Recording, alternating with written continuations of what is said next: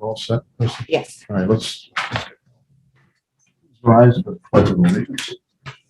Pledge of Allegiance to the flag of the United States of America, republic for which it stands, one nation, under God, indivisible, with liberty and justice for all.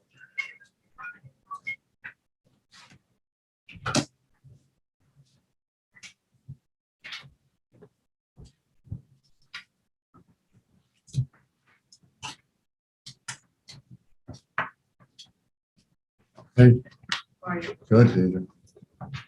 So, publicly, Howard, happy birthday. We'd like everybody to know today's your birthday and we wish you many more. Happy birthday, Howard. Yeah, I went for therapy. I went for therapy for my hip and my hands and everything. I walked in, they said, happy birthday to me. Sure, How do they know? they know. No, they know. I know your birthday. They know. Anything medical, okay, your birthday, all. That's what I think too. That's how the medical records. Okay, so we have a resolution before you for reducing town justice from 2 judges to 1. And procedurally, Jeff, Procedurally, you're all set. You hold your public hearing. all right, You can do this by resolution. You don't need a local law. It is subject to permissive referendum. So if you adopt it, I'll work with the town clerk about publishing the notice for the permissive referendum. okay, And then if somebody wanted to file a petition, they have 30 days from the date of the adoption to do so. so any discussion, you people have any? I'm good. any comment? Want to go ahead and someone make a motion? I'll make a motion. I'll second it. Second, all in favor? Hi, Leslie? You're hi, good. for sure. Do we need to read? We don't need to read. No, No, I think it's been posted on the town website.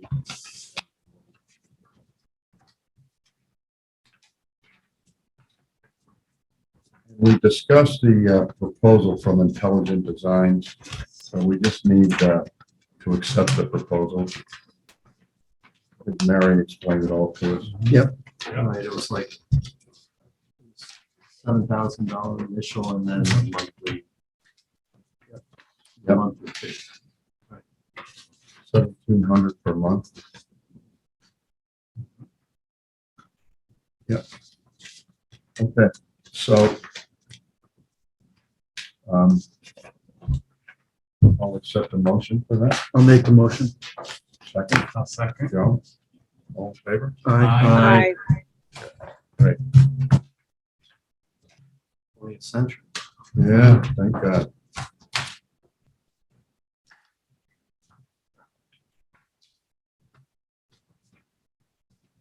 Discuss drafting the local hospitality law proposed overlay map. Mhm.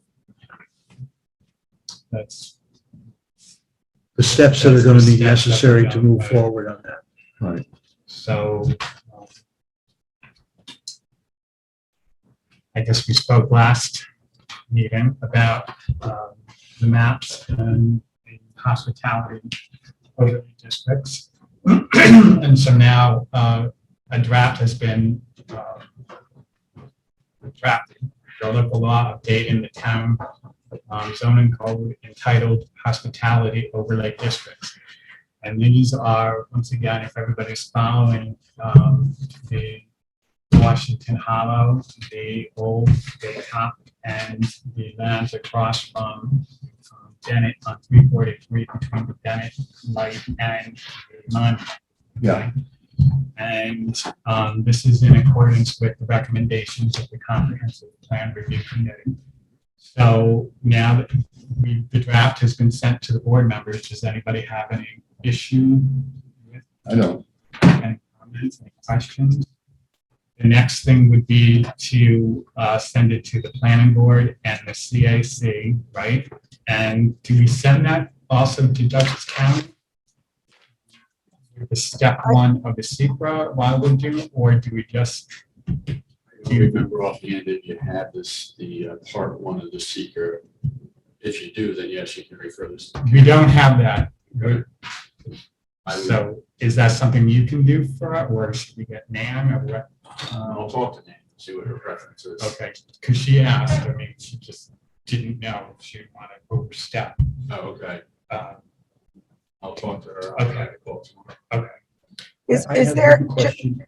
I just have a question, Joe. Is there, can we file or submit the step one of seeker to county before we've heard back from planning and CAC, or they can be done at the same time? I guess maybe that's a question for you, Jeff. Is that, I feel like Nan mentioned something about not wanting to, and maybe she was talking about another part. Shannon and CAC, and if they have comments, then maybe we can address their comments and then send it to Dutchess County Planning.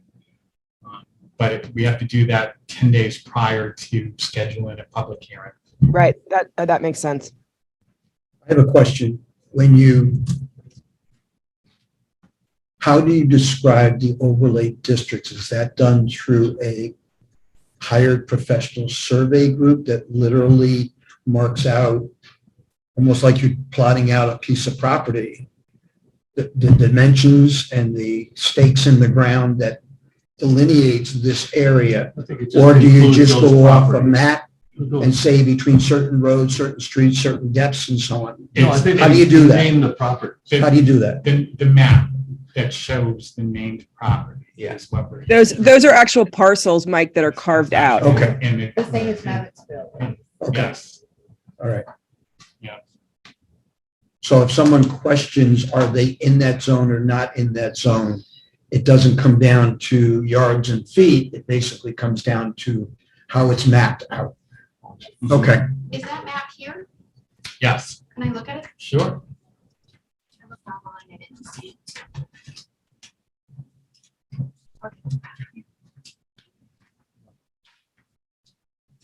So next step would be then what? I think you should take a motion just accepting this draft for circulation purposes, and that you can circulate to the CAC and the planning board. I will speak to Nan about preparing the FEAF Part 1. The phase one of the secret. Right, yes. And you can't refer to the county formally until you. Until we have that. Okay, somebody So want I'll make a to make motion the motion? to circulate the drafts to the planning CAC. So accept it and circulate. Leslie, you want to second that? Sure. Second? All in favor? Aye. Right. How long of a process you think something like that would take? I mean, like with everything else, we gotta go through these stuff. You do, and I mean, on the short-term rentals, we made referrals and got several comments, written comments. So maybe you'll find the same thing with this draft. And maybe you just want to know for the record that Whiteman, Osterman, and Hannah had submitted a letter dated today to the town, so we can just acknowledge receipt of that for the record. I have extra copies if anyone needs or wants. Do you? Yeah. Yeah, You'd like I'd that? like one too. Yeah, of course. Me too. Thank you. Did that change at all? It's the same. Yeah. Yeah, sure. Well, now that you're gonna officially have it. Yeah, I just wanted to make sure it was, nothing had changed. Oh, Margaret, here. I'll leave these here, anyone else. Yeah. So I think the reason I asked that question is Thank you. the committee members that will be involved and the public that is interested, we just yeah. want them to understand that this is a step-by-step procedure and process, and some may want it faster, some may want it slower, but we're going to progress as time and as systems allow us to. It could be the overlays actually become reality, maybe into the fall or the winter, who knows? Yeah. Depends on county, depends on CAC, all the feedback we get, because as we recently learned, things do get put off. So that's the only reason I asked that question. No. And just for the record, at this point, you're circulating a draft of a local law. Yep. Eventually, there'll be a resolution to introduce that local law, and you'll schedule a public hearing, but we're not at that point. No. Right. So So Chrissy, this letter, I don't know if you saw it or not, from the county about the preparing the tax bills. And the due date this year is November 3rd. I don't know if you saw that. Yes, yeah. Okay, Lisa, you want to give your report? Please.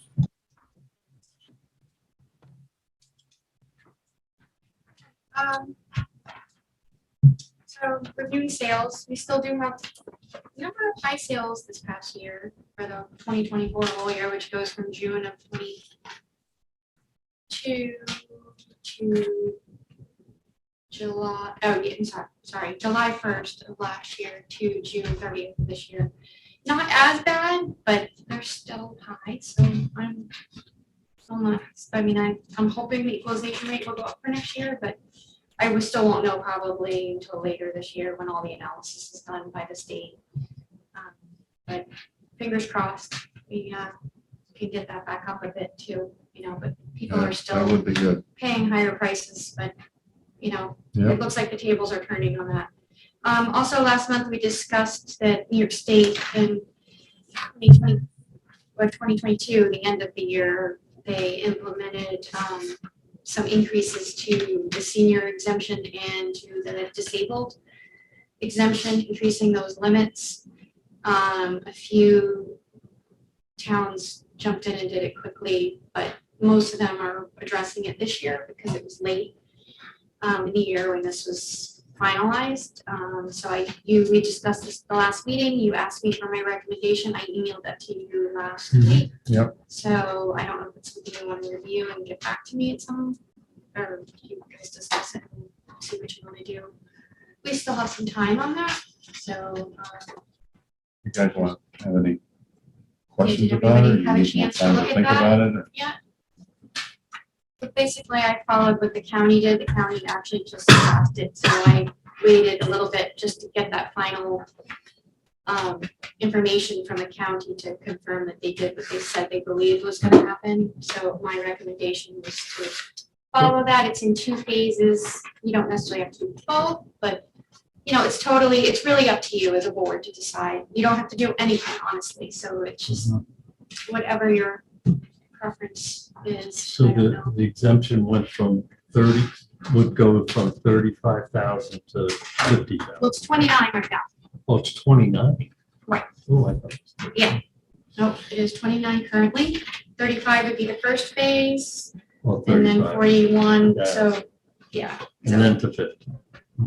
Well, no, well, 50 would be a partial, that's a scale, there's 5% scale. So, it's You not better a full. explain it to us. I mean, I read the thing, but maybe I just didn't understand it properly. Well, the limits you're seeing, that I'm suggesting, that's the 50, that would be a 50% exemption, but then there's a scale, which I don't set, that's done by the state, as to how they increment it down to 0%. So it will scale up to 50,000, but it's basically 0%. You could get 50, so that makes sense. No. Okay, so if you. Okay, so can I Do- just, okay, go ahead. so you're saying if you make upwards of between, say, 29 to 50,000, you might get a percentage discount, but if you make 50,000, you get 0. Is that Correct, okay? that would be I mean, right. But so that's like it's a if you scale of- if you implement this. Right now, the ceiling is lower than that. The ceiling, 29,000. right, 29,000, but then that scales up to 37,400. So right now, as it is, anything over 37,400, you don't get anything. But if we revise this, then people would get something all the way up to 50, but above 50, they wouldn't get anything. Lisa, are these by request of the property owner? Is that how that works? So Yes, they have to come in annually, or once they correct. do it, They it do will have to be? come in annually and Okay. re-qualify. And then with you their look tax at the returns. return, Correct. verify that what they're saying is correct. Almost like And a if they star. qualify. Exactly, and they're actually trying to get it, all the rules kind of paralleling more to STAR as time goes on, but Rough guess right now, number-wise of people that have taken advantage of this in the town? Oh, how many do we have? I would say about 40 people right now. 40 of the household owners in the town. Right, it might be less than that. I'd say Okay. between 30 So and less than 40. 40. Because we did have some more applicants this year, but a lot of them did not qualify. Okay, Because of that notice that went out last Yeah, year. yeah. But we did have a few, but honestly, most of them ended up, we sent them to Correct. try to qualify for the STAR, which has much higher limits. Yes. Right. But as far as qualifying, it's hard with the limits we have right now for Yeah. people to qualify. It's mostly people in condos, in the village. Mm. Usually it's people that live alone too, because you've got to include the other person's income if they're on a deed or if it's a spouse. Mhm. So it's difficult for a lot of people to qualify for it. So the monetary thresholds are combined income for that lot, that house. Not necessarily every residence in there. It has to be a spouse or somebody else on the deed. Co-owner, yes, okay. Yes. Yeah. Thank you. Yes. Thanks. Good, I'm good. Thanks for the explanation. I think that's all we need So to how, discuss. excuse me, Lisa, so do we have like, is there, Well, we'd have Time to have frame? it all finalized, and I prefer not to wait till the 11th hour, so we don't run into Right. problems, but it would be March of next year we need to finish that by. okay, But it has to be completely done, put to Why bed, don't we do it? and good with it? I mean, it makes sense to me, doesn't it? That we, So I'll just say that you actually have a local law that sets these exemption amounts, and the state raises them every so often, and if you want to raise them, we have to amend the local law just to. Right. So we have to go through the same process that we're going through. Introduce a resolution. So And then public hearing, Public hearing, Right, funding right. adoption, Right. so okay, so that takes we're time. talking 2 or Yes, 3 it months does. process. So well, while, why don't we just get it started? like yeah, the let's get it first step, started and maybe you can give us a firm number of how many people take advantage of it now. I won't know that actually. I don't know of any way of knowing what everybody's incomes are without actually having. Well, That's- last year, you could tell how Oh, many right, people but took that's advantage. based on the thresholds we have currently. Right, right. But I don't That's have any what way we'd of like to know. anticipating what we'll have. I think that's what we'd like to So know. Jeff, like how the many. first step would be to draft up a draft of the law, which somebody needs to do that.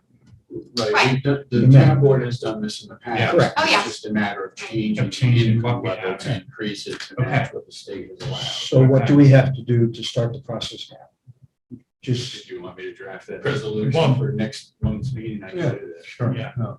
Okay. okay. Alright. Yep. So in effect, we're looking at potentially November, December when you can activate it. Well, it will be for the 2024 roll year. So they'll But it have has to to be be all January 1st passed by by the 20th. March March. 1st, but ideally we could have it done by the end of Good. the year. And Jeff, I can forward everything to you. Sure, that'd be great. That way you have, Yeah. what the county Great, is thank you. doing. Okay. Thanks, Lisa. Any questions? No, thank you. All right.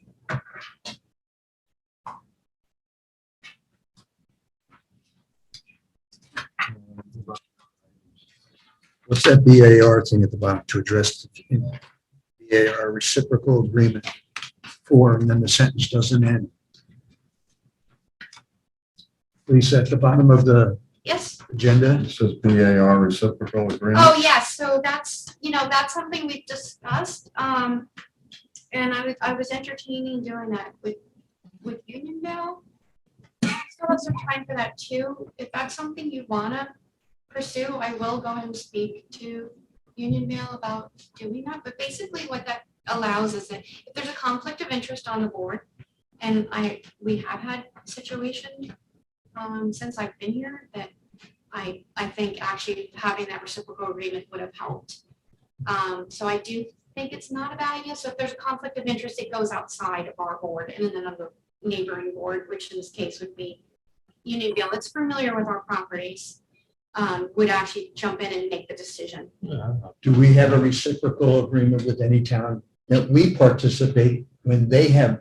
No, we do not. So it probably would work both ways. We would Okay. request them to jump in for us and vice versa. Okay. Our board would do the same thing and help them out if they're in a situation like that where there's Okay. a conflict. So usually what they do is if there is a conflict, a board member, EAR member will recuse themselves, Mhm. and then the others will make the decision. It's not a great process. Number of because people on your board right now, the There's BAR? 5. 5. Yeah. So if one came off because they recused themselves, you're at 4, you could get a tie vote, and then you got to worry about that. I think it's worth Okay. pursuing. So if you will entertain that, then I will reach out to them and see if they. I think it's a good Sure, idea. let's talk to them and see if they're interested. Perfect. All right, great. And Thank you. then, Michael needs help, doesn't he? Yes, so yeah, I just spoke a few minutes ago with that, so I have to speak to Mary about next step for that. But Okay. yeah, we're trying to step up. Temporarily?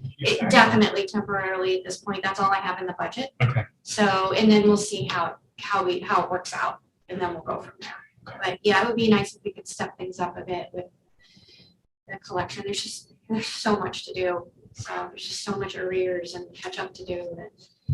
It's like Pandora's box with a lot of these properties. When we get into them, we're finding there's a lot of work that's been done that we don't have on our record. So having another hand helping, Michael's only there, 15 hours a week. He's kind of running everything from being out in the field to doing sketches and inventory updates, and it would help him move things along if we could. But let's see how it goes. This is kind of a trial. Leslie, can you hear everything? Can you hear everything that's? Yep. Yep, You I can can- hear everything. You Yep. can hear everything? Okay. Deirdre, do you have anything you want to talk to us about? I could just give you a quick update. We had our meeting last Monday and our agenda was light, summertime. But of note, the one thing that we were successful in passing is opening the new county veteran cemetery. So our county did not have a veteran cemetery, it was one of the few. And so we partnered and purchased 450 something plots from Wappingers Rural Cemetery, the whole back section basically. And the county is now allowing for veteran and their spousal burials at the specific spot. We're putting in a cemetery, large cemetery marker showing that you're entering the county veteran cemetery. And it's been paved.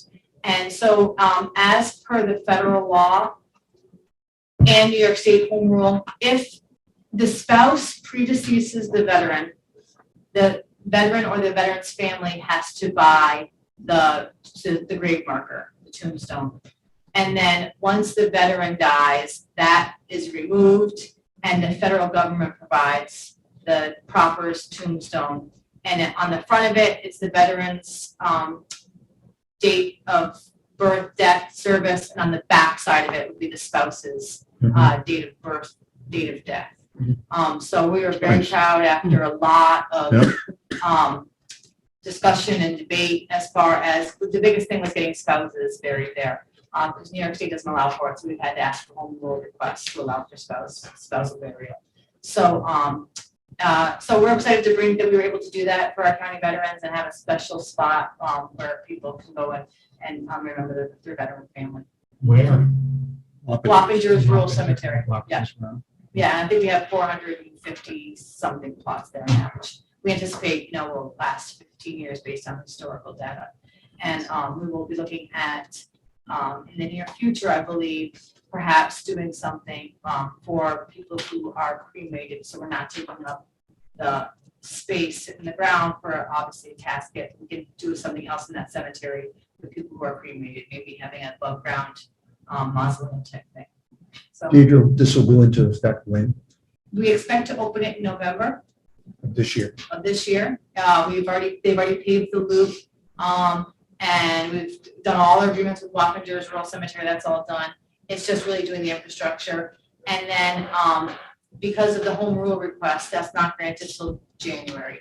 So if between November and January, the spouse of a veteran dies, they will not be allowed to be buried there until January, once we get our home rule request. And all of this is being communicated with the funeral directors throughout Dutchess County? Yes, actually Doug McCool, who was a fellow Yep. legislator, he really spearheaded this and he's done a lot of the work for it. And did almost all of our research for us, so, Good. yeah. Nice idea. So that was kind of the highlight I wanted to share. Good. Similar to the national cemeteries, Yeah. where the spouse can be buried. The headstones and everything, will they all be similar? Exactly the same as the federal program, the arched ones, not Right. the cross, the arch. Yeah, got it. Yeah. It's nice. Yes, thank you. Thanks for the report. Lois isn't here, but you have her report. Have you had a chance to look it over? Any questions? Pretty thorough to me.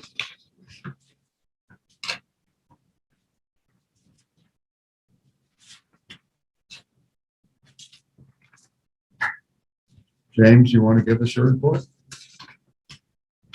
Absolutely. There's a couple of things I'd like to discuss, but like, before that, are there any specific questions? Up front.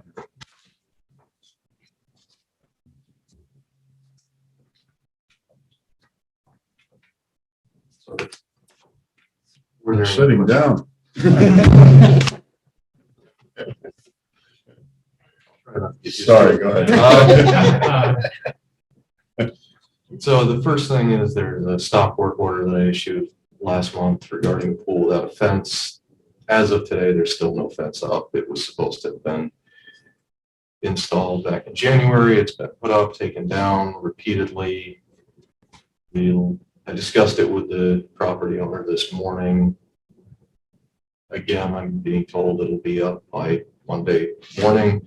I did speak with Mr. Battistoni about it last month. Based on the language of my stop work order, I'm understanding that I would have to give them until the 29th before taking any legal action. 29th of this month. Of this month. So if it's still not up by the 29th, my recommendation would be to take further action on it. Besides speaking to the property owner, sometimes you speak to the contractor to see why there's a delay or whatever, or you don't get involved in that. Yes, I've gone to the property multiple times, spoken with the contractor. That has yielded results before. Temporary fence was put up and then it was taken down later on by the same or a different contractor. Say for the record, I did speak with James about this, and this is a frustrating matter because the owner of the property owns the pool business. So, Really? So I think action on the 29th would be appropriate then, correct? right, after the 29th, correct. Yep. Okay, second, number 6 on my report, there's been an ongoing case involving some tires dumped on a residential property, approximately 400 to 500 of them. It's unclear how long they've been there. The conditions of the property ownership are very complicated due to the prior owners both being deceased, and it's in an ongoing court case to determine new ownership, which will probably end up being the bank if the family doesn't take care of whatever other issues. It doesn't qualify under the New York State zombie property law. I also tried to reach out to the family of the deceased prior owners and haven't been able to come up with any solutions. 400 to 500 tires is a lot of money to dispose of. It's a eyesore. It's obviously a concern, and it could potentially cause some insect problems. However, there's no immediate fire or other health risk posed by the tires. There's other property maintenance code issues there as well. At this point, I don't really have any options until I can get a clear ownership on the property. And I would, Who do you think that might be? Have you talked to the bank or? I can't find a contact at the bank again because it doesn't qualify for that zombie property law. I don't have much to reach out. Bob, remember years ago when you and I worked on that abandoned property? Yeah. We were looking at various areas of the town. Didn't we talk about a local requirement where we could call the bank and say, look, the property looks disheveled and whatever, it's your responsibility to fix it up? We know the bank owns Okay, so right now we're waiting to see who Waiting the to- ownership is. it. Right. Right now, I don't have any tools to Yeah. do anything unless I know who the owner is. The only other option would be taking direct action, removing the tires and putting a lien on the property, but because they're still, Yeah. I can't see doing that in this case. James, do you confer with Mary on the tax rolls, like are the taxes being paid?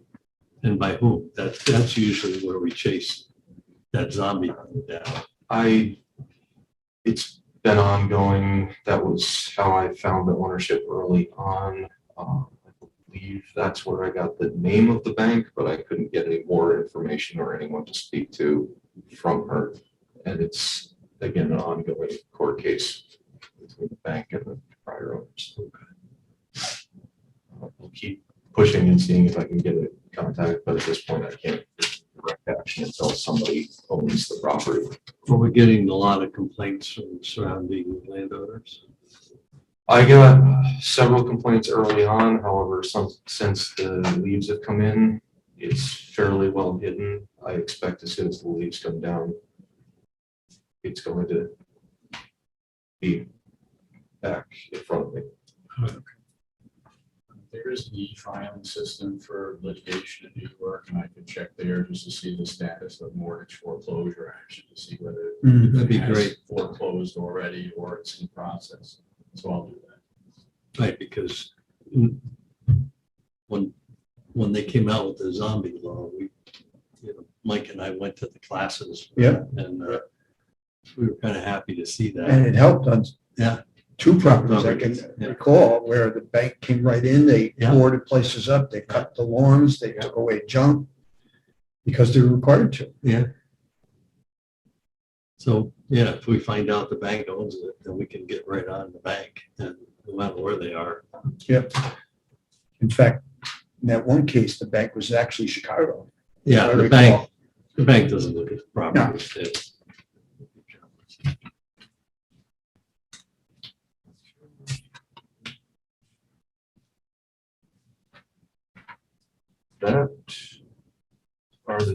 That's it for the things I heard for this month. Thanks for all your hard work, James. Appreciate it. There's an application for a building permit. Thank you. For tomorrow. Danielle, you have the floor. Come on up. Come on up front. Come on down. Come on down, right? And just so people can hear.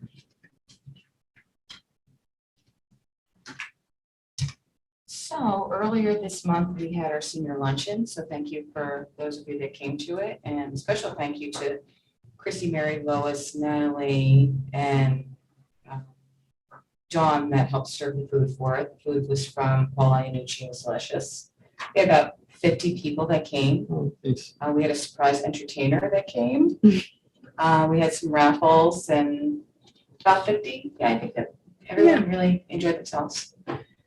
And it was held at the Town Park Building. This Saturday is our Lake George senior trip. And we leave from here at 8:15 and we get to Lake George and then we board a boat. And we actually have some spots open after calling people and reminding them that it was happening. We had a couple COVID cases and people that forgot. So I did send an email blast out to anybody if they wanted to join us for that. How many do you have going? Right now, as it stands, it's 48. On the mini, Not quite. They don't serve fruit on that, I don't think. I mentioned to Danielle on all of the New York channels, one of the I Love New York campaigns now is recognizing Lake George as the premier destination in New York State for the summer. Yeah, that's true. So falls right into what we're doing. Yeah. Good. Next year when you're a senior, you can come. Camp registrations were over 150. Everybody seems to be having a great time. We had Faith Schultz come with her goats. Kids loved it, and we'd like to thank her for that. We have little competitions going here and there. We want to make a new Town of Washington camp sticker that there was a competition for. We actually had our rainbow run on Monday, and the kids loved it. Explain what that is to people that may not know. So we go to the upper fields and we go around the track, and at certain sections around the track, there's a different color powder that are thrown at the kids. So they wear white t-shirts and we hose them down a little bit and they get the powder thrown on them. By the end of it, they look like a rainbow. That's cute. They have That's a very, very great cool. time. That's nice. We had our preschool camp that lasted 2 weeks. Everybody was very, very pleased with that. The parents didn't want to leave. They wanted to go for the whole time, but it's just a little glimpse of camp for them. Yeah. The sheriff's dogs actually came yesterday. Big hit. The kids loved it. There were 3 different dogs that came. The officers made a presentation. It was about an hour and a half. Wow. They Nice, came at the same time. very nice. Ice cream social will be at the end of camp, and that is ice cream donated by stewards. Nice. I will have a lip sync and carnival day on the last day of camp. Our new camp director is doing a great job. It's Tyler Reddle. Jonathan continues to be making improvements. He took down the basketball backboards, put new nets on it. He thought he might have to replace them, and that would have been $500 a piece, but he was able to fix it up and they look brand new. They're great. He and Fred are also going to try and address the current cracks that are in the surface of the blacktop basketball court. Once that's done, they're going to stripe them so that the court will basically be usable to people who want to play legitimate games. But they're doing a great job. Jonathan and Fred the park looks fantastic. Sure does. And every time we turn around, we're talking about more improvements that we want to make, so it's exciting. Well, we did have How's to, it been in the rain? The wow. rainy days? I was just gonna Oh, talk I'm about our sorry. flooding that we had, but Oh, just right. that day that we had to close. After that, it's fine. There are different spots of the park that we want to talk about. How do we handle it with water in the park and improvements? No, but I mean, when you have the campers there and it rains that day, you must have had some of those. You They just- had One thunder so and far. lightning We had storms. thunder the other day. Just and doing it, you we just just get go them in and all watch inside. movies. If it's just rain, then they can be at the pavilions, but we had thunder that Gotcha. day, so most of the day was shot. So tomorrow seems to be another Yeah. rain day. Yeah. Upgrades to the building. So at Bodie, No, you missed your, oh, the lifeguard, oh, the important part. Okay. So I don't know if everybody understands the fact that the pool has to be open and has to have at least an 18-year-old to keep it open. And you have to have at least 4 lifeguards to keep it open. This happened last year too. So our college kids are leaving. The last day we'll be able to have the pool open is August 13th. so the reason we're making that public now is so people can prepare for it rather than why is it being closed. I also mentioned to Danielle, if there are pavilion rentals, which will continue through August into September, They gotta to know. call and just notify them that there will be no swimming after the 13th. Well, if you're watching at home. Okay, so our park upgrades. Ed Lodi did give us some drawings on the building. There were no drawings to be found for it, so he did come up with original drawings for that. And today, I actually have the new drawings for the upgrades. We have full-size ones if you want to take a look at that, but here's the package that Ed sent me.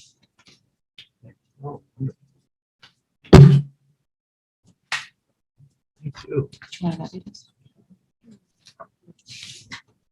One extra. Yeah. Danielle, you may want to give Chrissy an extra set too, so Does this that come with a magnifying? we'll get Leslie a copy. I'm gonna I'll email make it it- to you, Leslie. Now we You can, want this back? we can see the pictures. That's why the full-size one is in the office. Yeah. Yeah, thank God. What part? No.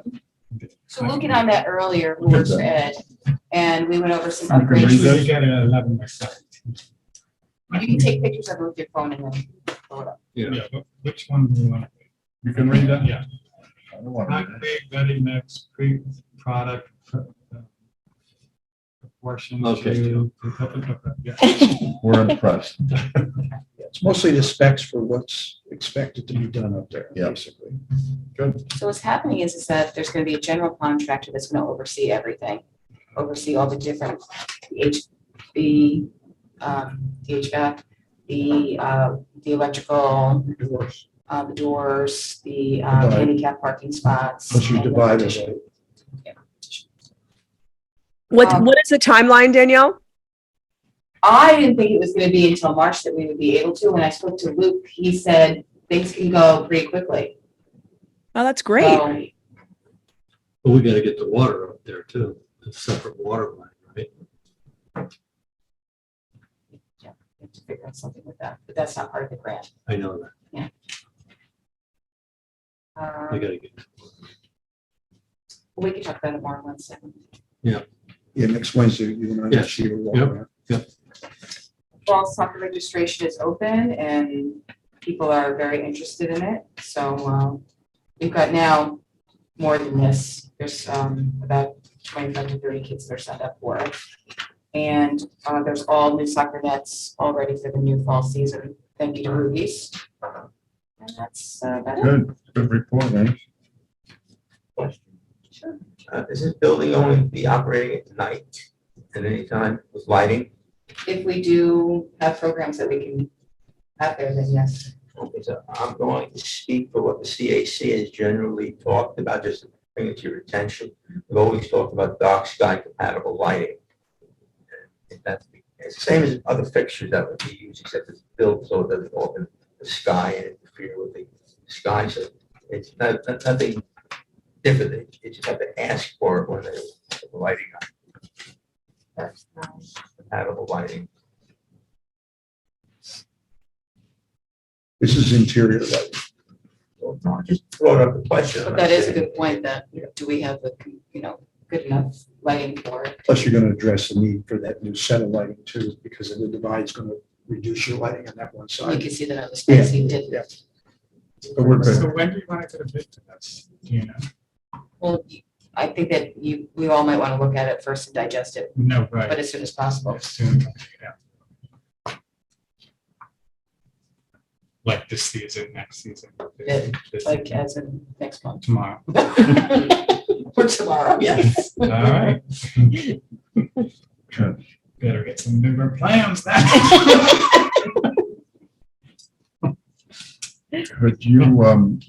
Could you hang around for executive session at the end? It's personnel issue we talked about. Joe, before you give us your report, for those that don't know,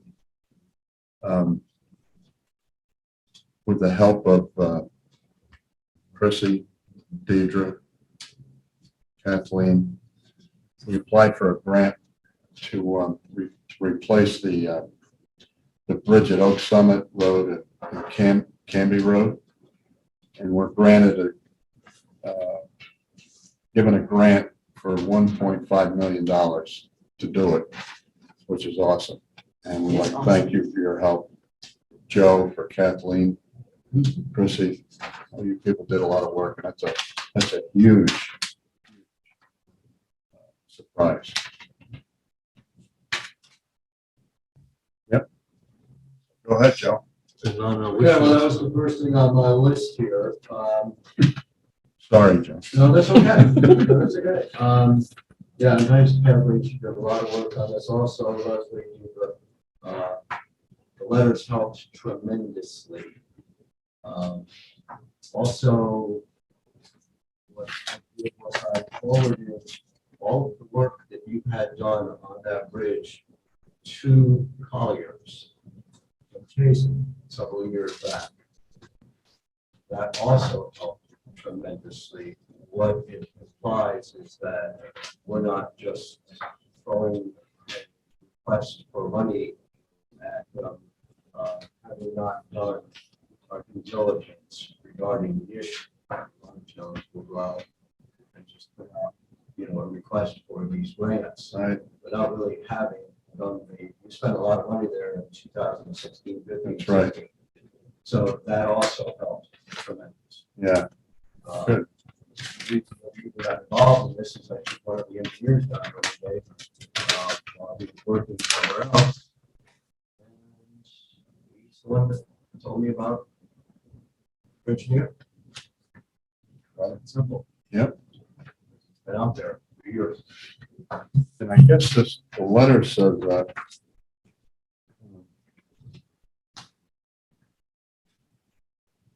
a representative from the state DOT will contact us Yep.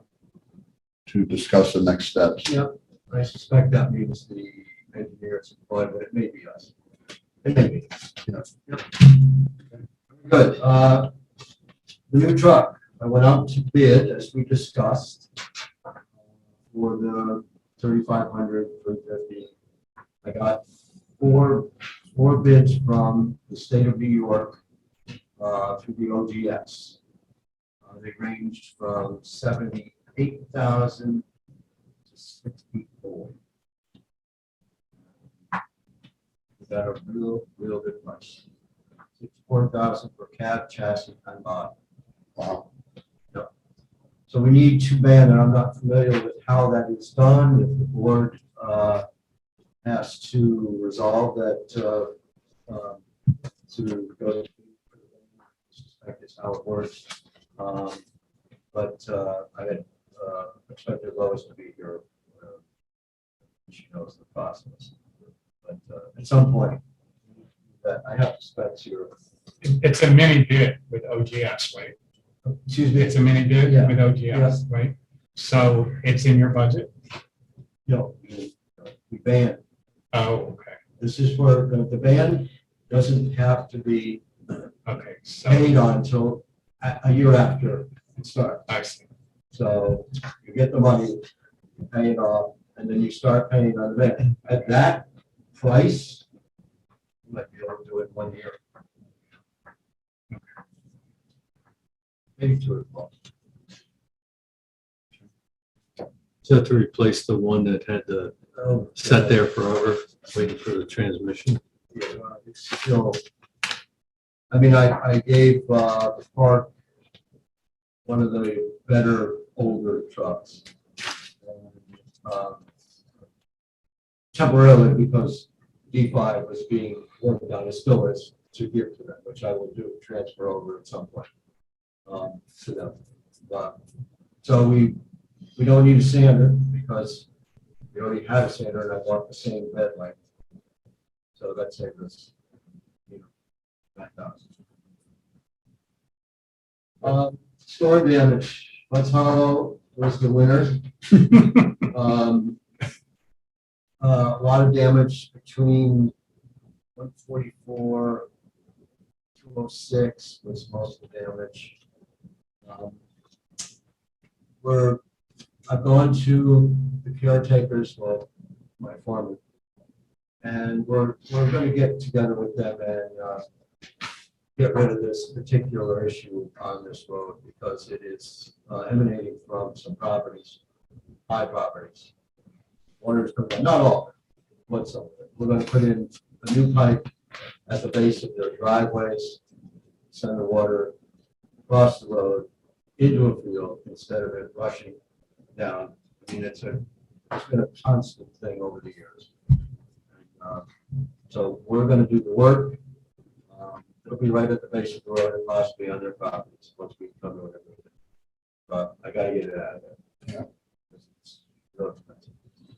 I'm documenting all of this because there is a chance that the storm was bad enough so that we may get some relief from it.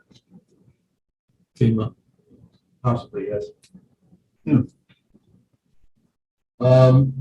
Your survey for Glen is nearly complete, 2 months. The wetland delineation is done 100%. They had problems with their software. We've been bugging them on a weekly basis. So they're telling me in the next 2 weeks they'll have it. Did they say why they were delayed? But is The it software, the software? their software's having issues with it. As far as that. Okay, so then also traffic study review. Right, That was survey. That's Right, not, sure. that's a different one. No, okay, right, but are we going to do that or? Well, I thought you did. We did, I don't issue those orders. I thought you guys that had been proposed to you. Did you? yeah, I thought Accept we the did that. proposal? We did? Yes. Yeah, I thought you So- did. Yeah. Well, they Okay, may be so, done. They're pretty. so, all right, I'll Those They did things, do it. find out. when this is done, I'll call. okay, when this is done, it goes up to POD. Yeah, Okay, then they'll have the traffic study right, and this final sort of piece before they can issue any kind of guidance as to what should be. So I'll just give them. Fair? Yes, sir. All right, questions? I'll mention one thing, just in my book here. Bond anticipation notes cannot be issued until a proper bond resolution has been adopted. So I think we normally prepare a bond. You do. You do. That is correct. So if you want for next month, I'll. Yeah, No, yeah. that is correct. Sure, Jeff.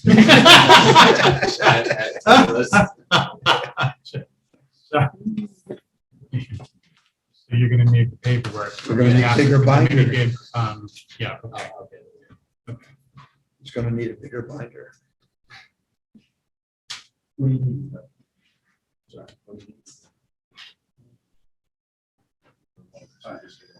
Okay. Or Kathleen. Kathleen has everything. All right, Yes, thanks, Joe. all right, thank you. Thank you.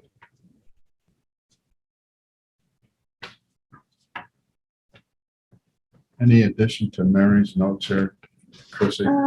Just that last month's minutes, for the meeting will be posted, on the website and distributed tomorrow. We've had a steady flow of residents coming into the office, so we've been focusing on our customer service, so it's nice to see people You again. had what coming in? Steady flow of Oh, residents steady come, flow. yeah. So Good. that's been nice to see, and, Town Clerk Alex and Clerk Thorpe are continuing to work on the website, and we'll hopefully have something to show us in the next meeting or so. Awesome. So that's Sounds good. Terrific. Thank you. Mike, The short-term rental presentation by the committee to the board and the opening of the public hearing for that short-term rental draft was done last Thursday. Prior to that presentation, we received a number of written comments from county, from planning, and from CAC, along with some responses from those in attendance. We took that back to the committee. We went line by line in every document that we received, correspondence that we received from planning, zoning, and the county to see if the comments were substantive or if there perhaps was a need to clarify contradictions that may have appeared in some of the sentences. Some of it was also a uniformity of capitalizations or terms throughout the document. The committee worked on that for about an hour and a half, 2 hours. But because there are substantive changes, and what that means is literally reconfiguring and writing and taking in or adding to certain paragraphing within certain sections, it basically takes a draft back to step one. So now Jeff and the committee have recommended that the document be redrafted, which means in the August meeting, we will represent the draft of the local law for short-term rentals, which will stimulate another need to hold a public hearing.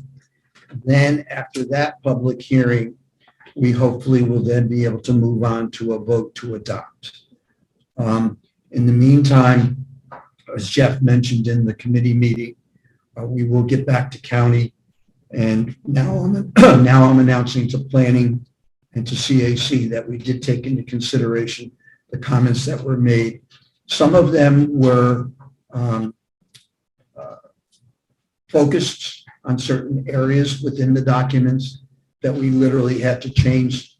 The other, more specifically, if you recall, I think it was Nan Greenwood that actually read the final paragraph of the document, which was kind of legalese wording to show that anything within this document does not change, correct, just does not change anything that currently exists, but applies specifically to the document that will be adopted. that was your question, Alan, to me. And that, Specifically, that is in agreement with the rest of the zoning, it's Right. basically in And that- layman's terms. if ours is more strict, particularly for STRs, then the strictness of that section pertains specifically to STR. It doesn't change anything else that's in the community. So that was one of the paragraphs that did become substantive, which then did stimulate the need to rewrite the But draft. it's I just want to clear. So the comments were addressed Mhm, and it's going to be rewritten correct, based on comments that were addressed from the public hearing. correct. in the So county. why- So why would we need another public hearing if we are addressing? Because by redrafting, you're literally resubmitting to the public the new language within the document. And therefore, the public has the right to read that new language and have the right to comment on it. So by law, you have to have another public hearing. Yeah, Joe, Very good. we decided it was substantive, meaning, Yeah. you know, it It wasn't changed- just a minor word. Yeah, it changed the nature of some of the area. When Well- you introduce a local law, if you later on want to make substantive changes to it, you have to reintroduce the new one and hold another public hearing. That's required. So it'll give people opportunities who had voiced concerns or written concerns to see how we address those in form. And then people again from the audience can make comment. And then hopefully we've addressed most of the issues that we felt became substantive. There are still some questions by people in the audience of how, if I've been doing this over the past several months or years, how do I now go forward with these new restrictions? And there are recommendations, verbal recommendations, not within the law, but verbal recommendations to parties like that, where they can maybe go before a zoning or planning and ask for, special permits or whatever.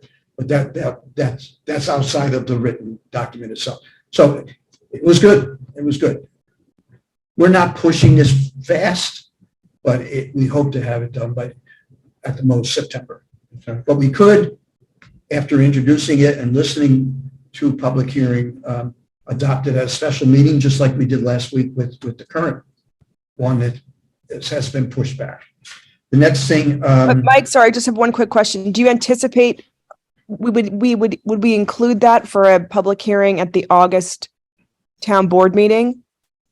You think you have, We have to introduce and then schedule a new public hearing, either as a special meeting after the August board meeting or wait until September. Till and add it September? to the Okay. agenda. okay, Can I make a comment at this time instead of at the end? My comment is, Mike, and to the board, all of the previous committees I've been involved in, and some of them I've not been involved in, doing substantive things and changing the ordinances, have always been available to the public to sit in and watch. And I can go into things going back from 1984 if necessary. And I'm requesting that going forward, that when these group meets to do things, that the public be allowed to sit in and listen, not legislate, but just listen, which has always been the case here and has always been the case in the village. And so just not to go back and reiterate, but just going forward, we'd like to have that option if Well, I think you possible. have that. Just to let you know, for the Monday meeting that we just held, we did notify CAC and ask them. I got the message at 1:30. Yeah, it was a short Let me put notice, that but- one. Just to let you know, we did attempt to do No, something. that's not what I'm saying, Mike. For example, the village had a long series of meetings on the water committee in the village. It went on for 3 years.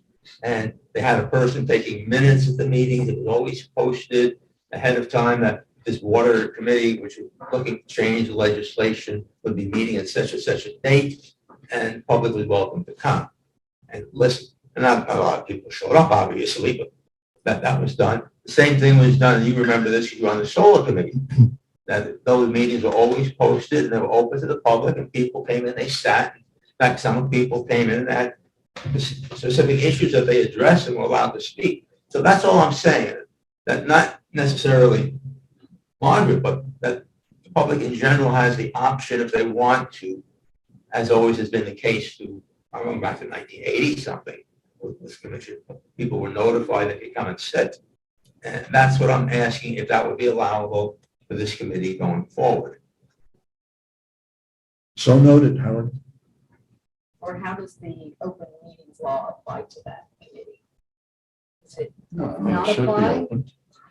I don't know. I don't know. So Sometimes it's a so is the workshop, answer, sometimes it's a so meeting. no, the meeting that you will I just- list the time and date and location on the I just website or feel like somewhere. when they should be allowed to get their work done, and then the public has a right to come to a public hearing. No, that's not what I'm, I know what you're saying, I'm saying. but this it's is always- what I'm saying. We're not, the public doesn't interfere, the public sits. This has been Right. going on since 1980 that I know, the little 80s. I just feel that, I don't know if there's a law, but I just feel that the committee should be allowed to convene without having the public. I tried to do that with the comprehensive plan review, but it was so humongous that the public was allowed to come to their meeting. But why does a committee have to have the public engaged in their thought process? I think in a very technical sense, an ad hoc committee is not subject to the open meetings law. You can hold a meeting, you don't have to take minutes. However, it's easy enough for this committee, if we're gonna have a meeting, to publish a notice of it. This can be on the website, let the CAC know. But do they have a choice in that? Can they not do that? I think in theory, an ad hoc committee could meet on its own Okay. without notice Okay. to the public. Okay. I don't see any harm here in providing notice. Meet against. Right. No, I'm Hopefully, not arguing that point before, Jeff, I know Jeff knows the law, but it's never been done in this town. What is the why would there be a reason for this committee to not want to do what the public did? It's very simple in my opinion, and I'm only going to entertain a couple of minutes on this, Harry, but it's very simple. The answer to your question is very simple. The committee has a right to have their thought process without Arguing having. that, not arguing Right. that. Okay. I'm saying, I'm asking if there's any reason why we couldn't, not me, people couldn't sit in there. And always has Well, been the because case, that's all I'm saying. Because they usually don't, Howard. That's the truth of It's the matter. usually not. Usually people will interject. And, you know, to be honest with you, when people are there, even though they're not supposed to speak, we usually let them speak.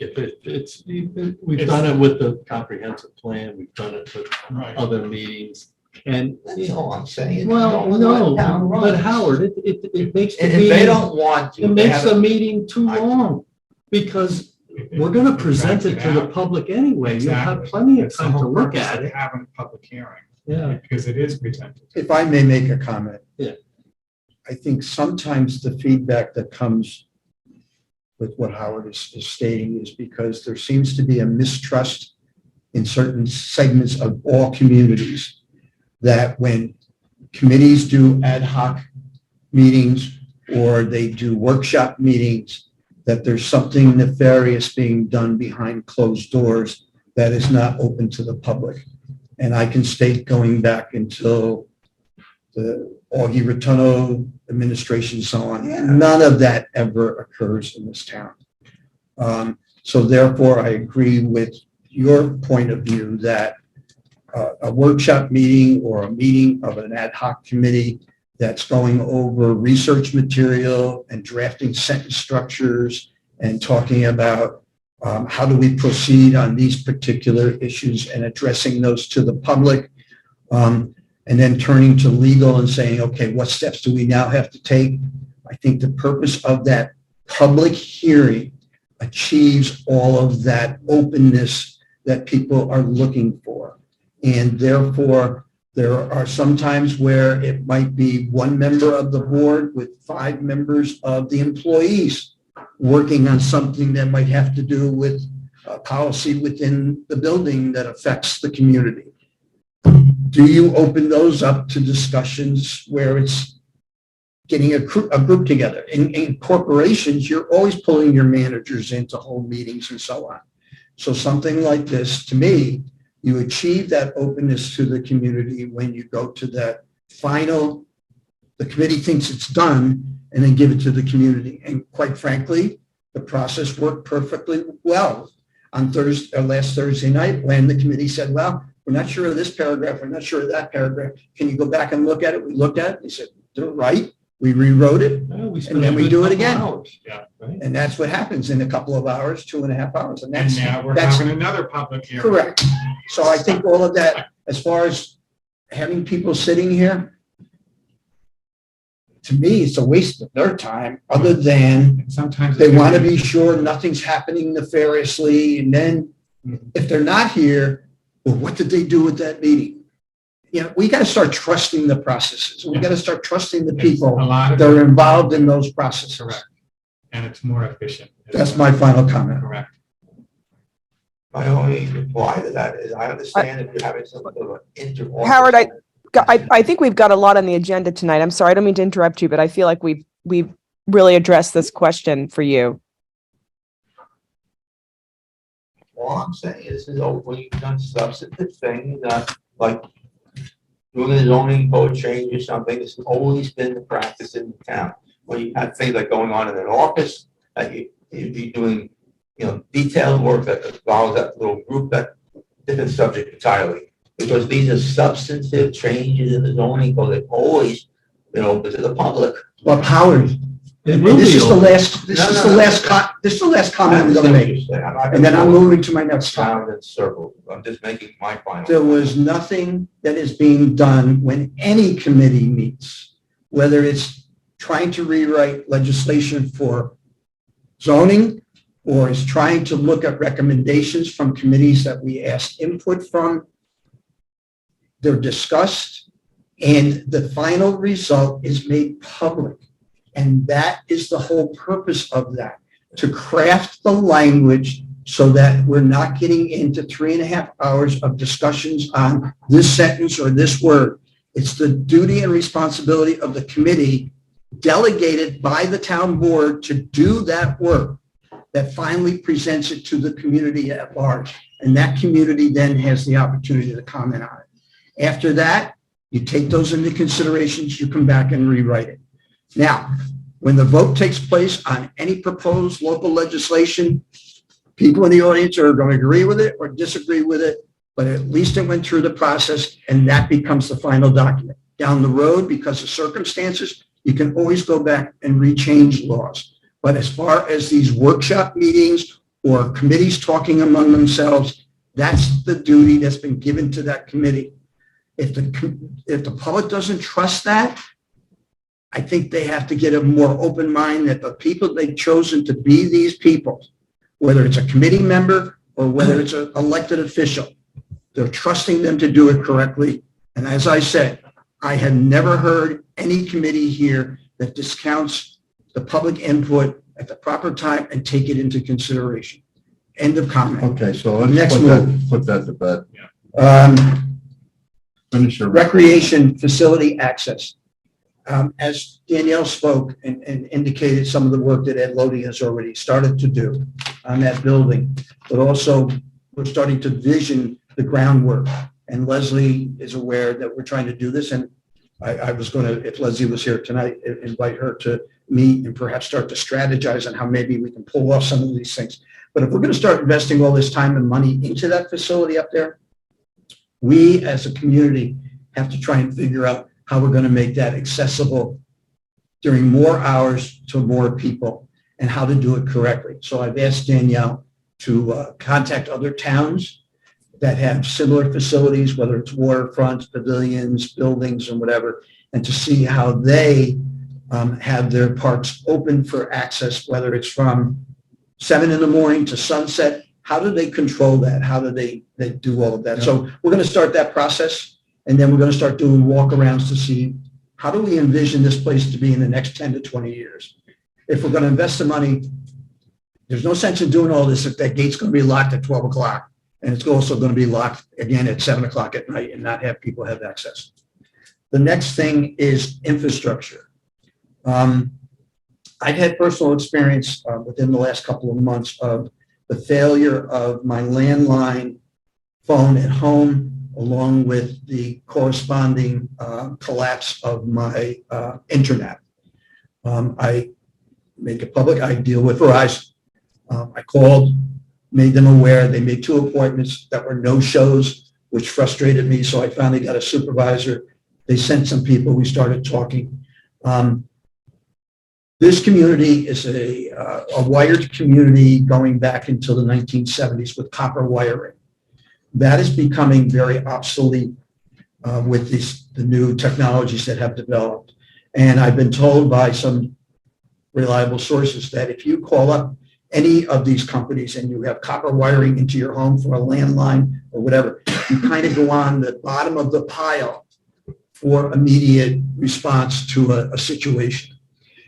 Everybody is saying that fiber optic service is the future. And you may have seen that President Biden just announced millions and millions of dollars to try and address this throughout the community. What I'd like to do is to begin to contact some of our local representatives, like our state senator, our county executive, former state senator, who have been working on this process of getting fiber optic service into communities so that the infrastructure of communication gets addressed in communities. When we think of infrastructure, we normally think roads, bridges. Infrastructure communication is part of that umbrella that falls under proper infrastructure for towns and villages. I've become aware that there's been some pushback from the companies because of expenses and hiring new people and so on, but the state legislature is looking at this issue, and some towns and cities have started to locally look at these issues, one of which, and I haven't verified it yet, but one of which I believe is LaGrange has talked among themselves and have said, yes, let's try and get fiber optic service into this community. So I'm going to start researching that, probably form a subcommittee to try and take a look at the needs of fiber optic service in this community. We know that cell phone tower service from the antennas on the village tower have started to expand to 5G, which is helping service on the perimeter areas like over onto the Horseshoe. We're starting to pick up 5G, but the landline business and the internet business still seems to be a major problem. Pleasant Valley has fiber optics. I don't know the answer to that. I think they live do. in Pleasant Valley, I don't have access to Right. it, but I think it has to do with the density. Remember when we had them come talk, we just don't have enough, So we density. still don't have There's cell service in Madisonville, with Right. Town Park. No, there's no Right. cell Yeah. service in Battinsville. Right. Did somebody fix that? So now we brought in Optimum. I recall last year, the gentleman sat here, people came in, they made some complaints to them, but they had informed us that they were starting to build these mini booster places around on some of our town roads. Perhaps we bring somebody like Optimum back, or we bring in Verizon and say, okay, tell us about this fiber optic that seems to be the future, and getting away from copper wiring and hard wiring and all that kind of stuff. And if the federal government is true to their word, maybe there will be monies available to communities that they can access for grants to maybe start to move some of that. I agree with Leslie, some of it is density, and the LaGrange community and the Wappingers community are growing substantially. We haven't hit that density, perhaps, but why should we get left out? So I'm going to start looking at that. The last thing is Bobby and I have been speaking to, as we know, and based on tonight's resolution for the court, we've been talking to the village. There are some potential resources for revenue that are being missed because of the way some of the tickets that come before the court are written, whereby they have just the license plate number of the automobile that's in violation for parking. And the court clerk showed me a stack over the last 3 years of tickets that were issued, but people have ignored them.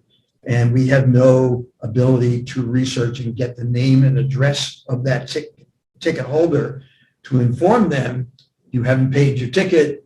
If you don't, there could be repercussions on your licensing. So I've asked Mary to look at, and I've asked Christine to look at,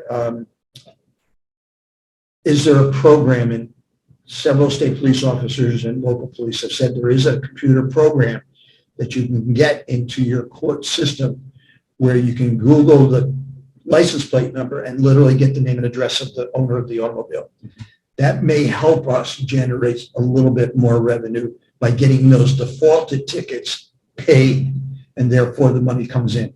It may not be more for the town money, it may be more money for the village, but at least we're following up on the ability to collect some of this revenue. So that's something I'm looking into too, also. Okay. Okay? That's That's it. Mike. Bob? I'll just, real quick, I've been talking to Timmy Race, gave us a low bid on the parking spaces for the EV. Tim and I are gonna meet next few days and delineate the spots so we can get working on it. And Central Hudson tells us when we call them, they're gonna hook it up tomorrow, the next day, tomorrow, the next day. They're still not hooked up. We have a roof leak, and we spoke about this before. We couldn't find it. We called a roofer. He came over and looked at the roof. He can't find anything up on the roof. But we had a leak again. And the spot is a little bigger on the ceiling in the big rainstorm. Doesn't seem to leak in little normal rainstorms. So I talked to Jonathan. And maybe even tomorrow, we're supposed to get a lot of rain. And Jonathan agreed that him and I would catch him if he fell, but he's gonna climb the ladder and go into if it's raining, where we can see where the water might be coming in, so we can address it properly and then fix this again. So we're working on that with Jonathan. We'll see if we can do it that way, because the roofer came with the little drone and we went up and looked at it. Didn't see anything. He said the roof looked in good shape. The basement in the heavy rain got a little water. It was very minimal. It comes up from under the ground. It doesn't leak in from from the street or the roads or the roof. The gutters helped a great deal. There was a little water, but I am a little concerned that the pit, which is the lowest section of the basement where the old furnaces used to be, that's a foot deep, so it'll catch a lot of water. And it has a drain that goes up, and we can't find the end of it. So I'm gonna ask Tim Race if he's got the ability to poke around through there. The camera's really not gonna help us when we need to do it. Get something long enough to show through there and find the outlet so we can keep it open. So that if we do get a big flood, the water comes in and it goes out. I spoke to Joe tonight. Joe completely forgot. I reminded him a few times. We have the culvert at the other end of the dam at the pool that's sedimented really high, and the drain pipe for the pool, when you go to drain the pool, the water comes up through the sediment until it gets to a certain level in the pool, and then the water goes back into the pool. So it's very hard to drain it. So Joe is going to assess it with me to see if we need to get outside people involved or whether our equipment can get in there and dredge that. That's it. Thanks. Leslie.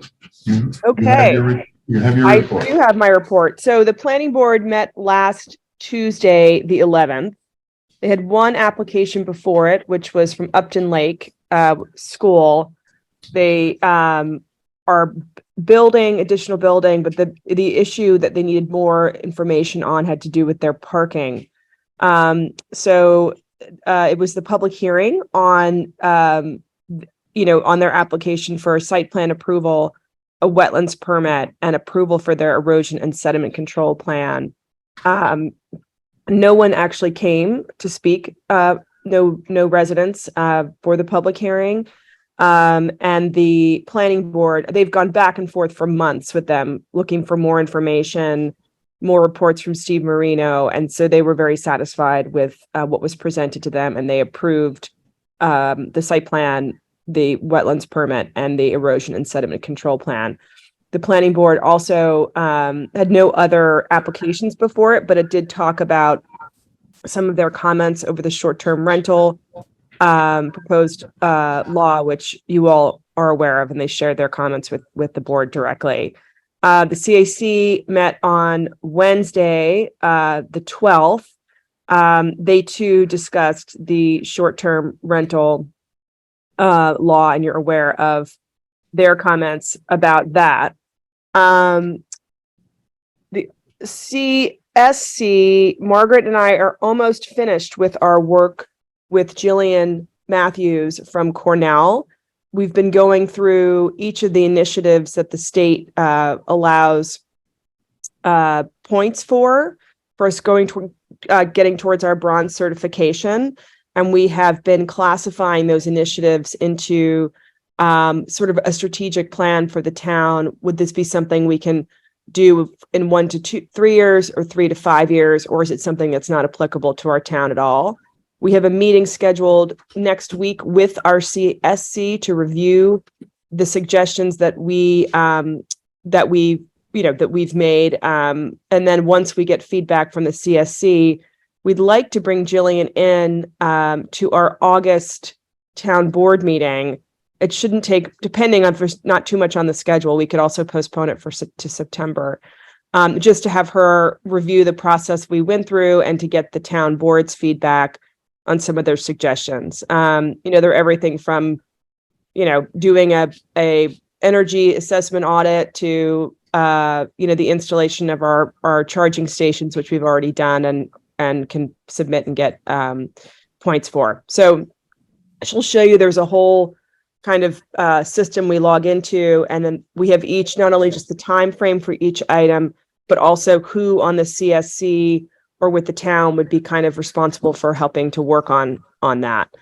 The NRI is almost complete. We're working on our third draft of the write-up, and the maps are all finalized.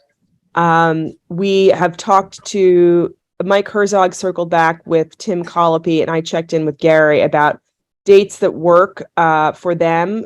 The DEC and Cornell suggested that we do a joint presentation for the town and the village together, village board and town board. So we're looking at the dates of September 20th or 21st. Both those dates work for Gary. Both those dates work for Tim Colopy. And so I wanted just to throw the dates out to you all tonight to see if there's a date that works for you. It shouldn't take more than an hour, but we thought this would be something that's important for you all to review and kind of learn about the process, look at the maps, and give us feedback on the write-ups. So I can send an email around and just to confirm dates and times and see if anything works for you on either of those days. That's it for me. Thank you, Leslie.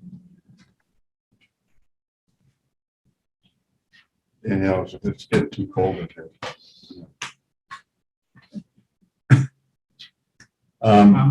Joe. No, the zoning board met Tuesday, the 18th, and based on Leslie's report, the planning board finally gave approvals for up to lake site plan and this and that, and the zoning board voted to accept the planning board's negative declaration for SECRA, which enabled the zoning board to move ahead with their approval for long-awaited variance for the roof height, and that was approved on Tuesday. So Nice. good, congratulations to Upton Lake for finally. Yeah. I can go on about the meeting. They went, Bovee Construction showed plans of the building. It looks lovely, and so everybody's happy. Good. Finally. Yeah. That's it. That was the only item on the agenda. The meeting ended at 7:39. Lovely. Gary, can I just raise one issue? Yep. Back in the bookkeeper's report, it says proposed budget amendments. I don't have a copy of her report in front of me, but did she need a motion tonight to approve any budget adjustments? I don't have a copy of that either. I don't either. Oh, okay.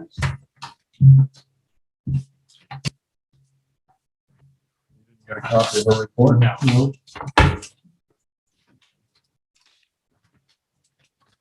Was it the lowest report? Yeah. Sorry, yeah.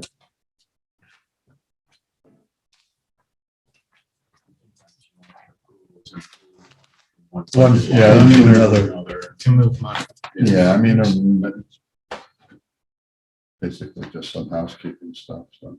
So is she moving money from one fund to another? So we should then say, Yeah. we approve that she can do Yeah. that. It's just. I'll make that resolution. Yeah, I make that motion. motion. Second, Second. all in favor? All right. I, So it's just, what is it? 1, 2, 3. Yeah. Three Yeah. items. Do you want to copy that? Does anybody want to see that? There's probably copies Standard inside. There's procedure. copies right here. Does anyone want one? Hey, I didn't see one. Sorry. Blind. Howard, do you have anything you want to address us? Yeah. Public now, basically, or did that come a little bit later? What's that? No, this is public public comment. comment. Now. All right. I am a little way to express this, sitting here tonight, shocked that after 40 years, committee working on a major update to the zoning plan refuses to be open to the public in their meetings. That's my personal opinion, because this has always been the case in the town and in the village. And I am just shocked that this committee feels that they have to meet in private, basically.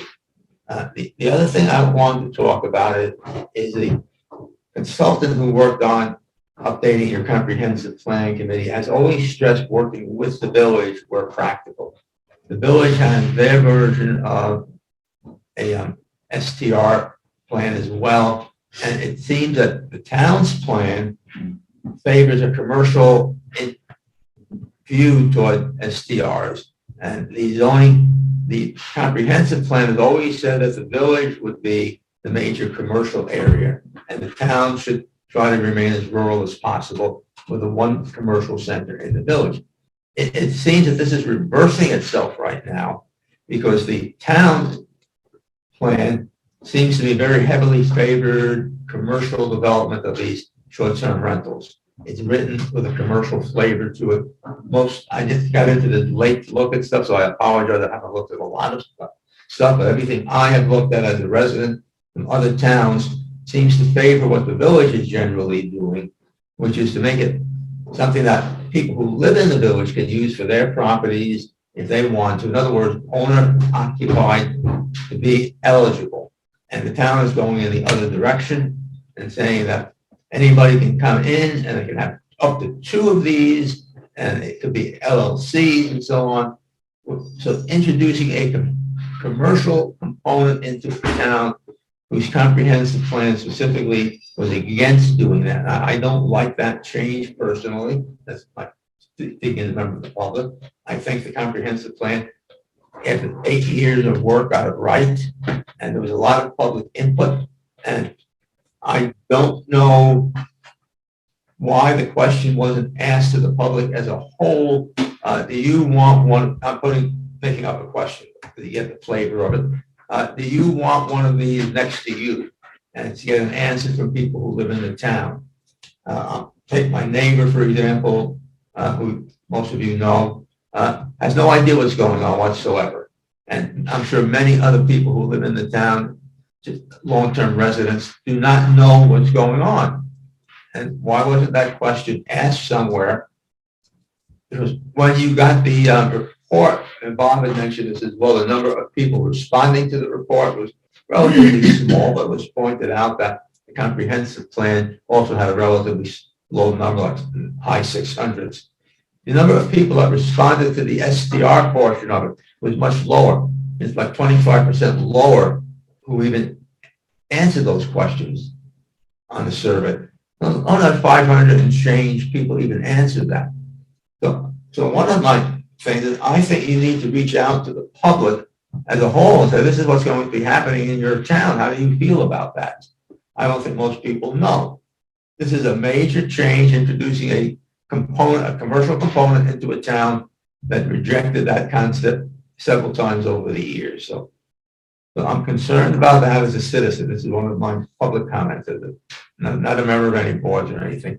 But I think that people who should know what's happening with the change in introducing a commercial entity into the town law.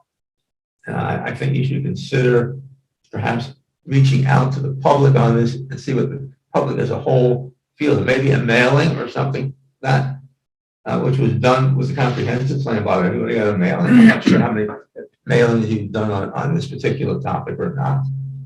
So maybe that's Well, another I thing. mean, when we schedule the next public hearing, That's their opportunity to make comments. yeah, I mean, but we could advertise that. I mean, obviously post it on our website. No, Which we I'm do. thinking We should. a mailing that was done, but in the past, people got mailings occasionally. I think this is a huge issue personally, that you're introducing commercial entities into the town, but most people want them to stay rural and have the village as the commercial center. I think a lot of people would be having an opinion on that if they knew about it. It's got a lot of fail-safes in it, but go back to your first comment. I just want to make one comment about that, about having all these workshops open to the public. Maybe. And I'm gonna be honest with you, Howard, okay? You always are. If when I was working on cars for a customer under the hood, if the customer wanted to come over and lean over my shoulder, I threw him out.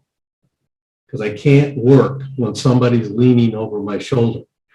Okay?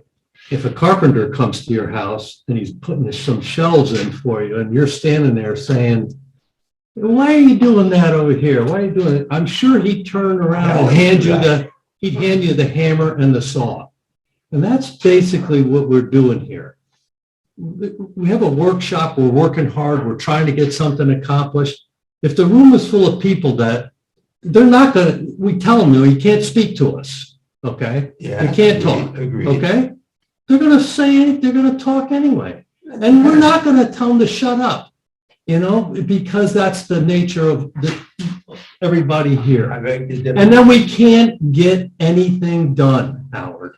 It's like the mechanic, it's like the carpenter, it's like the guy pouring your sidewalk. You could stay at a distance if you want, okay? But if you get close to them and you start telling them what to do or asking them questions, they're gonna throw you out. So I just want to put that there. okay? I was at the comprehensive plan committee with Augie and all of those people, and that never happened. The people doing the update to the comprehensive plan, the 215 one originally, did not want people talking. They sat in the audience, they were told not to talk, and that's what happened. So it's up to the people running the meeting. You don't say this never happened, because I'm saying it did happen. That people were at the meeting and they were told not to talk, and they didn't talk.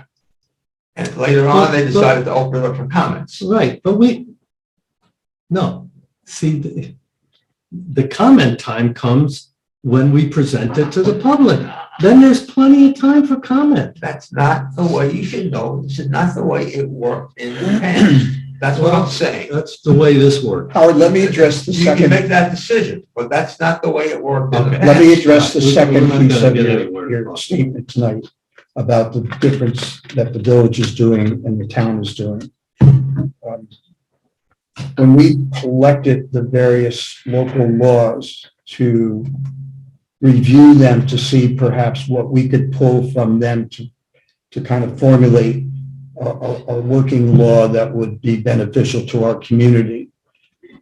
The city of Poughkeepsie and the city of Beacon's laws, although very effective and comprehensive, could not relate to the town because cities or villages have unique circumstances and unique challenges when they have to draft theirs. So in reading through the current draft of the village and seeing how they are addressing the issue of the number of permits, who can get a permit, the number of STRs within the village, the number of owners occupied, and so on.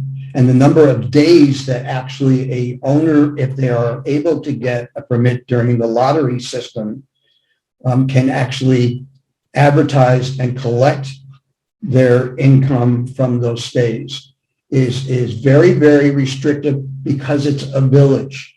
It's different than the town. The town is more expansive. The locations of these, quite frankly, have been going on for nearly 4 years, some of them. We have not had public outcry that one is 2 miles down the road from my house on Tower Hill or on Bengal Road or whatever. So I think you are projecting a negative feeling among people in the community that they are not aware that these are going on, or they don't want them next to them. I think the town laws that have been drafted throughout New York State or throughout the United States right now are very kind to alerting neighbors and making neighbors aware that 500 yards down the road or a mile down the road or two structures on this 400-acre estate are being used for short-term rentals, and they're not up in arms about them. As far as the commercial aspect, yes, these people have been running commercial entities within non-commercial zones within the town. That's true. But we did not draft this law based on a commercial entity. We based it on rules and regulations for those that are running them, and that if it was to become an issue, such as we're limiting 2 and they want 3, they go before the current zoning board and ask for special use permits. That's basically how the commercialness of this is taking place. The other thing, and I've been emphasizing this from the very beginning, unlike the village, which is going to try and restrict numbers, which they have the right to do, or even locations, we are not in the business of telling people how many they can have or whatever, as far as the type of business they can run. What we are saying is the marketplace will determine how many of these will end up in the town. If I'm investing in a building on my property of 400 acres and advertising as a short-term rental, and I'm getting 2 rentals a year because people just aren't buying into the way I'm marketing it through the platforms, I'm not going to go after a permit again, and it's going to lessen the number.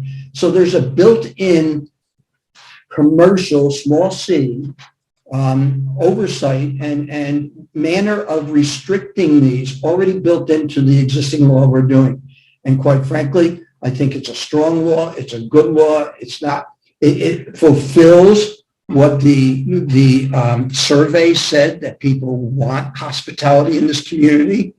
We're looking at hotels, we're looking at motels, but the STR will fill a void too for people who want to come and have more of a family atmosphere, not have to buy a motel room or a hotel room, and the cost may be very competitive. That's all that's taken care of. I have a meeting coming up with a member of the group that's doing the village STR proposed draft law. We're going to discuss how we've come to our conclusions, listen to how they've come to their conclusions. But as I said in our meeting the other night, they are a separate legislative branch of government. They have a right to make their laws the way they want to make their laws. They have a right to restrict or non-restrict anything within their community through the legislative process. We can only say, we've got ours, here's what ours is. They can go ahead and do what they want to do. I think we're 90% in agreement. I read your law very carefully a couple of times. And the major difference is the village has said owner occupied. In other words, they're letting the residents, help the residents decide how they want to do this. Correct. Your law opens it up to outside commercial forces coming in, which is not the way the town wanted to go. The other parts that you put in there, you put in restrictions and safeguards and so on. There's nothing. So this is the Owner occupied issue. We had consultative information from a company that is dealing with this on a national level. And there have been court cases that have passed through various communities throughout the United States, which have been pushed up through the court system. And the courts have come back and have indicated that you cannot do that. You cannot mandate that the owner of the STR has to be in the structure that the people are renting. And that's a court decision. And So rather than us put it in our document and publicize it as a law and then pass it as a law, and then had someone challenge that in court, is inappropriate for the way that we, as as elected officials, are here to protect the community and protect the revenue of the community. We don't want frivolous lawsuits. So therefore, we avoided making that restriction. We also took into consideration that on some of these large estates, these outbuildings that now will be allowed to have short-term rentals are distances from the main house, and the owner is not going to be living in that. He shouldn't be living in that. And that's why we wrote it the way we wrote it. Living on the property. You know what? He's on the property. That's Mike- what I'm talking Mike, about. you know what, Howard, you're going to have an opportunity to comment at the public hearing once they have the redraft. I think that's probably the appropriate time and place to do that. And you have a lot of, we obviously appreciate your feedback, but if you've made some of these points a few times, and if perhaps it might be helpful to put that in writing to us between now and the next meeting, if you really want to go make sure that we're looking at each of these things and giving it due consideration. I just think we've covered a lot of ground here, and again, you'll have an opportunity at the public hearing to speak then. We'll have an opportunity now in the public section, but I understand your point. Okay, so hash that out pretty good. Okay.